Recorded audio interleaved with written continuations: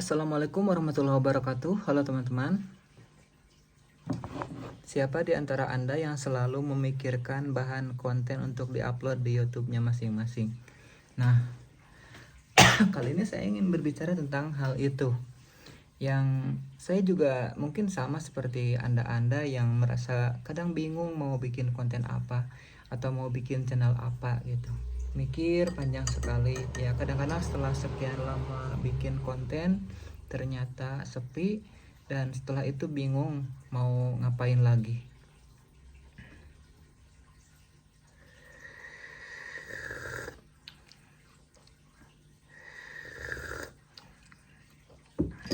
Nah, padahal untuk membuat sebuah konten itu, kalau kita sudah terbuka pikiran, itu sesuatu yang sangat mudah. Nah, bagaimana? Dari mana berpikirnya? Coba kita semua sudah merasakan belajar di sekolah kan, sudah mempelajari pelajaran-pelajaran sekolah. Nah, kalau kita pernah belajar di sekolah, maka kita bisa kembangkan saja dari apa yang kita pelajari di sekolah. Misalkan di sekolah itu kan ada pelajaran ekonomi atau pelajaran ilmu pengetahuan sosial. Nah, dalam ilmu pengetahuan sosial itu ada yang disebut dengan ekonomi. Apa itu ekonomi? Usaha-usaha manusia untuk memenuhi kebutuhan hidupnya. Nah, bagaimana usaha-usaha manusia untuk memenuhi kebutuhan hidupnya?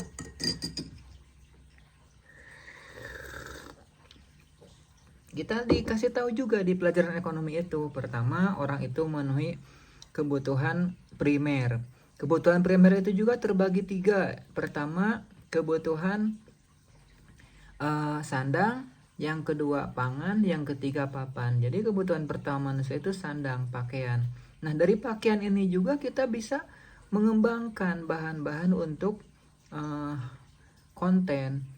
Bahan untuk konten YouTube. Kita bisa membuat konten YouTube berdasarkan satu kebutuhan pokok manusia yang ini, yaitu sandang, pakaian.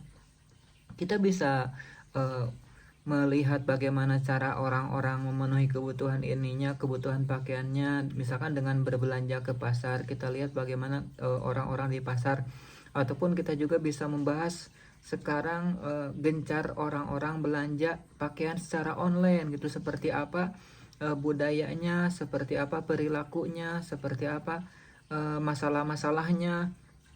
Itu bisa jadi bahan konten juga untuk sebuah niche ataupun sebuah sebuah spesialisasi pembahasan pakaian.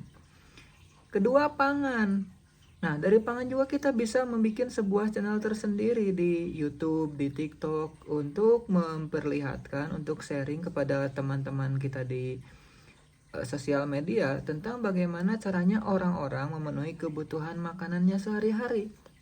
Karena ini justru sebuah bahan yang sangat melimpah sekali bahannya. Karena tentu saja setiap orang setiap harinya berusaha memenuhi kebutuhan makanannya. Orang pergi ke sini, pergi ke sana, ada yang pergi ke sawah, pergi ke kebun, ada yang pergi ke kota, ada yang berjualan ke pasar.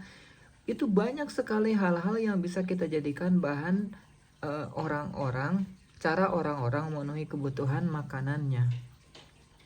Yang ketiga, papan. Nah, makanya banyak sekali channel-channel yang membahas tentang rumah, bangunan, jual beli tanah. Ini bagian dari betapa besarnya potensi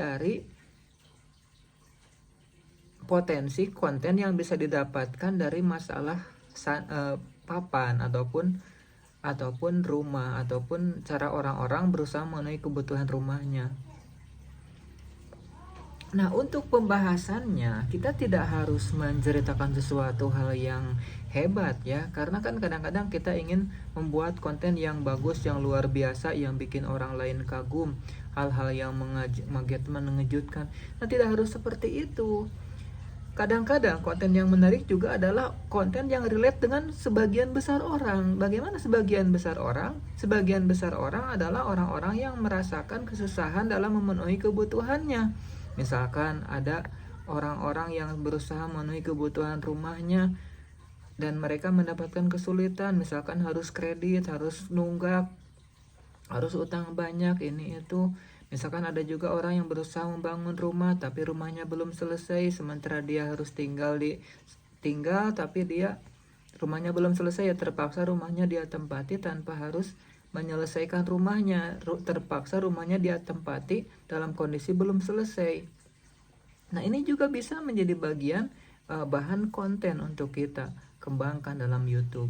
Ataupun dalam masalah makanan, kita tidak harus menceritakan suatu makanan yang luar biasa. Kita bisa mendatangi orang-orang yang berusaha memenuhi makanannya seadanya saja, karena justru konten-konten yang relate dengan kebanyakan orang, justru ini konten yang berpotensi untuk mendapatkan lebih banyak engagement ataupun interaksi dengan penonton.